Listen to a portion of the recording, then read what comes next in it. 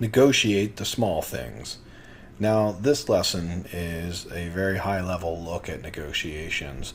There is a psychological event that happens when people do a deal. Now, if you're very quick to accept any offer or any number, then people are left believing that they could have got more from you.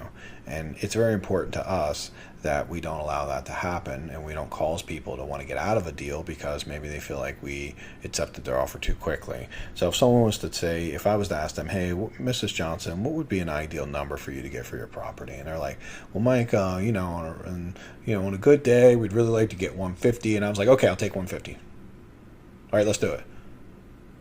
I mean, the first thing that goes through their mind when we knee-jerk react like that is that, well, wow, I probably could have got more from him. And now they probably won't sign because they literally are instantly thinking like, did I just like offer and leave money on the table? Is he willing to pay more? So it's very important, even if we are really excited about 150, that we negotiate the small things. So the small things could be, we might say, oh, 150, okay, that's a little more than we were looking to do. Let me ask you, let's talk about some of the small details. Maybe I can get you to 150 depending on just some of the things you need. And these are the small things we'll negotiate, like settlement date. So let me ask, 150, I mean, how soon would you want to do it? I mean, are you a little bit flexible on schedule for settlement? If I could get you to 150 and I'm like, oh, well, we'd like to do it in a couple weeks. And, what would be the longest that you'd be willing to wait? Well, we wouldn't want to wait any more than 45 days. And if I could get the number to 150, would 45 days make me still work? If I could get you a higher number but a little more time? Or would you want a little lower offer with less time? And they'll let you know that. If they're like, no, we'd really prefer to get the 150, we're okay with 45 days. And we're like, okay, well, we'll write that down, 45 days. And then, if there's furniture in the house, we always say negotiate the small stuff. The old me used to go in and say, oh, no, we'll take care of all the furniture for you. Now, if someone is, saying, oh, I got to get all this furniture out and I can't really sell the property, what I would say to them is instead of offering and saying, hey, with our offer, we'll take all the furniture. What I would say to them is that, we could take the furniture for you. Would you like us to do that for you? And we always ask them, would you like us to do that for you? And because they might say, yeah, that actually would be pretty helpful. And so what I'll do is I'm making you an offer. I would, I'll add in cleaning the furniture for you. Or getting rid of it, clearing it out, because it can be a big headache for them. Often it's just like 500 or $1,000 for us, but for them, they might have to go there every weekend for 2 months cleaning it out and taking things to the dump in the back of their car. I mean, it just ends up being like a lot of headache for them. And if it's a probate situation, it's very emotional being there and dealing with that. So often they're very happy to have someone help them and support them on that. And then transfer and recordation costs. I always assume that we're going to split costs, and I make that feel like it's normal. But if someone does say to me, well, Mike, the other person made me an offer, they were paying all the transfer, and then I'd say, oh, they were paying all the transfer. Okay, that's something I can do. Would you like me to pay all the transfer? You see, I always say, would you like me to do that? I want them to say to me, yes, Michael, I would like you to do that, because I want them to acknowledge that I'm giving that to them, and that's part of our negotiation. What's happening is I'm starting to stack these small things that I'm doing for them, right? I'm going to do their settlement date. I'm going to clean their furniture. I'm going to pay the transfer and recordation.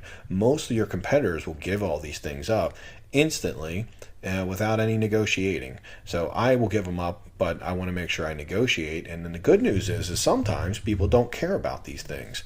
They might be fine with doing a 60-day settlement. They might be like, no, we already got paid, so I want to take care of the furniture. And they might be like, hey, man, no, we'll split the closing. Now, I did a transaction before, and that sounds fine, right? So we don't want to automatically give all these additional things. And if we do give them, we want to make sure we get some credit for them. Also, access to the property. As we're negotiating and say that we want to get to that 150, we might ask them like, hey, let me ask you, would we have access to the property to get, secure funding and to get estimates and, to get people through? We're obviously not going to do any work or anything until we own the property. We wouldn't take that risk and have any money in your property until we have ownership. But we would need to get in and meet with my contractor so I can negotiate them, because if I can get a better price from them, then I often can pay you a little more money. And you do want a little more money, don't you? You see how we always do it, like you would like a little more money, wouldn't you? Right? We always just tie it down. So, and the last thing's any valuable items. I actually told you a story a couple lessons ago about how I got a car with a house and a Jaguar, a very old, very cool Jaguar. It's like 30 years old and it's in like mint condition. This person's father took great care of it. The leather's like, like absolutely immaculate. It has wood grain on it. It's like a complete pimp car. It's so cool. I don't even know what I'm going to do with it, but at the end of the day, I might end up keeping it because it's like a really cool James Bond looking car. I like it. I might have to get a pimp hat if I keep it. It's the only reason I'm considering it. I don't really have a place to park it, but I'm actually considering keeping it. It only has like 90,000 miles. But we get cool things like that. And the thing was, I didn't pay an extra dime for the house. I literally just negotiated it in, and the person didn't want the headache of selling it. So they were more than willing to take my offer because they didn't want to deal with the car. Their problem of finding a buyer and getting the car, needing a new battery and getting it running and advertising it, meeting people. They lived an hour away. And so it was kind of a big headache for them. And now it's my headache, right? Now I got to do all the same stuff if I sell it. So these little things made this deal feel more valuable to them, made everything feel more alluring because we didn't just jump on the offer. We negotiated the small things. And I want you to make sure you understand that you don't have to negotiate all these, but if you do get in a scenario where someone makes you an offer, don't just jump on it. And they give you a number you like. You want to negotiate the number in the small things because sometimes if people want to know that they got the most from you, and if they say 150, you're like, oh wow, I was really around like 135. Would that work for you? And they're like, no, we really need to be there. I'll often say, well, let me ask you, what is the closest you can get to my number of 135? And then we'll start to hear people negotiate. We allow them to negotiate themselves.